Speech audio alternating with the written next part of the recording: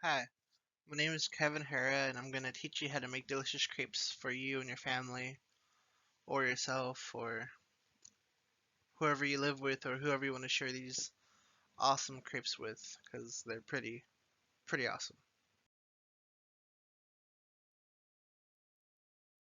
So first, you need to start with an egg. It has to be an egg. It could be white or brown or green or blue, whatever color egg you want, but has to come from a chicken.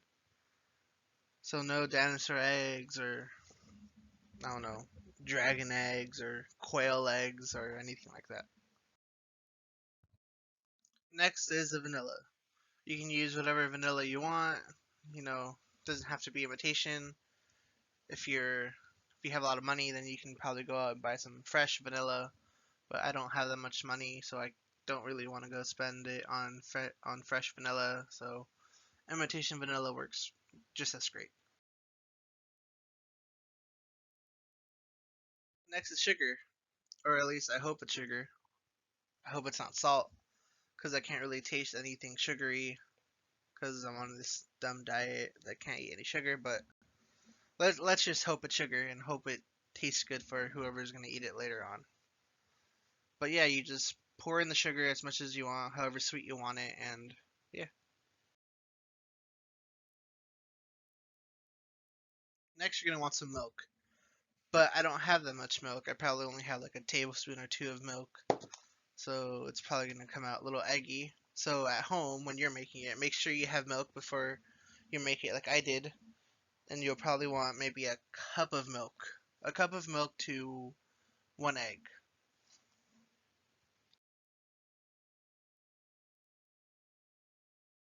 Next is the flour. Now you can either use regular AP flour, which is all-purpose flour, or you can use pancake mix like I do. I like pancake mix because it usually has the baking soda in it. So if you use regular AP flour, you're gonna have to use some baking soda or powder.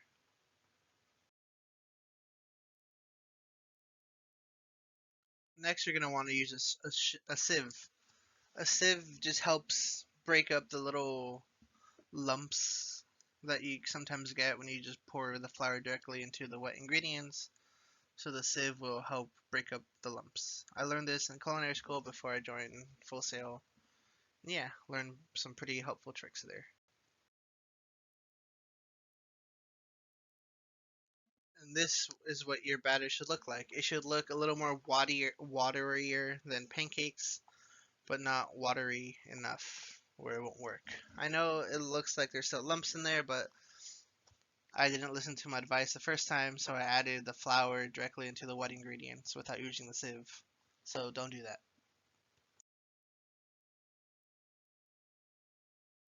After that, you're gonna want to get a nonstick pan. I like nonstick pans personally because I mean it's a nonstick pan. It's not gonna stick to like the other ones, the other pans you can have. And yeah, just after that, you'll just pour in the batter, and I'll show you what to do on the next slide. Then what you want to do is grab some butter, stick of butter or nonstick spray, whatever you want, and just grease the bottom of the pan. I like butter because I mean, who doesn't like butter? But if butter's not your thing, then any nonstick spray or coconut oil or anything you want will work.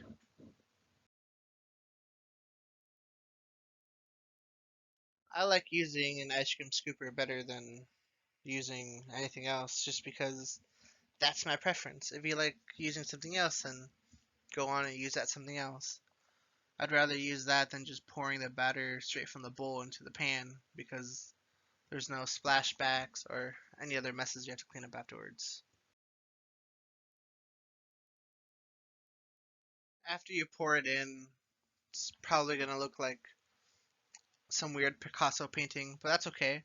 You just lift the pan up and just try to make a circular shape with it by turning the pan around. And it's okay if some of the batter gets stuck on the sides. You can always just shove it down with your spatula. And this is my handy dandy spatula. It's plastic, because I like the flexibility of it. If you use a wooden spatula or a metallic spatula, you can't really make get into the curves of the pan. But with a non-mounting plastic one, you totally can. Ah, look at that beautiful crepe. Now it's okay if yours doesn't look exactly like mine. You know, I'm a professional. You're probably not. Just kidding. Mine seems pretty not professional. But it's okay. Crepes are crepes, and they'll still be good probably.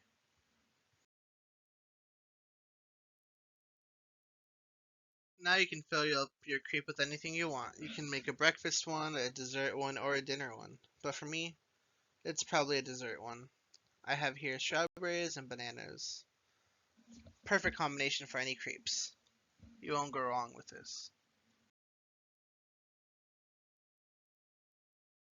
Then you cut up your bananas or strawberries however size or however big you want to do it. I like doing the bananas in a circular cut and then the strawberries in like smaller chunks, but that's just my preference. You can do however you want it. But I feel like I'm missing something. Let me walk into the kitchen and see what I can find.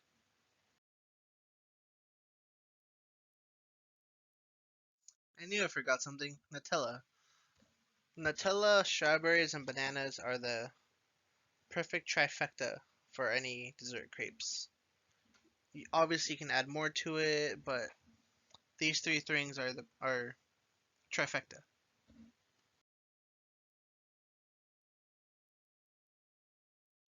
So here I just smeared the Nutella on the bottom, then I added my bananas and my strawberries on top.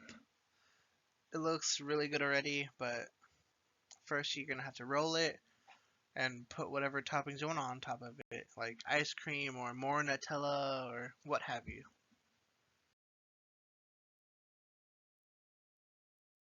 Now I close my crepe by rolling it up, probably like in an open burrito or taco. Doesn't matter what way you roll it, just as long as you roll it. Or you can even do kind of like a triangle out of it. I won't go to detail how to do that because it's kind of hard, but you can try and play around with it.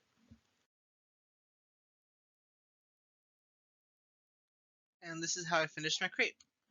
I put some whipped cream on top and then some extra bananas and strawberries. This looks really good and smells really good, but again, can't eat it. I'm on this dumb diet. If not, I'd probably scarf it down in seconds. But since I can't do that, my girlfriend would probably shove it down in seconds after she gets home from work.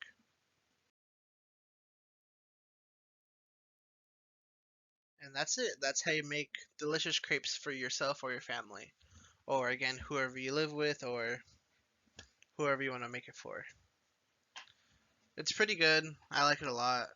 Please, if you ever do end up trying this recipe, tell me how do you like it or tell me any variants of ways you know how to make them or how you eat them.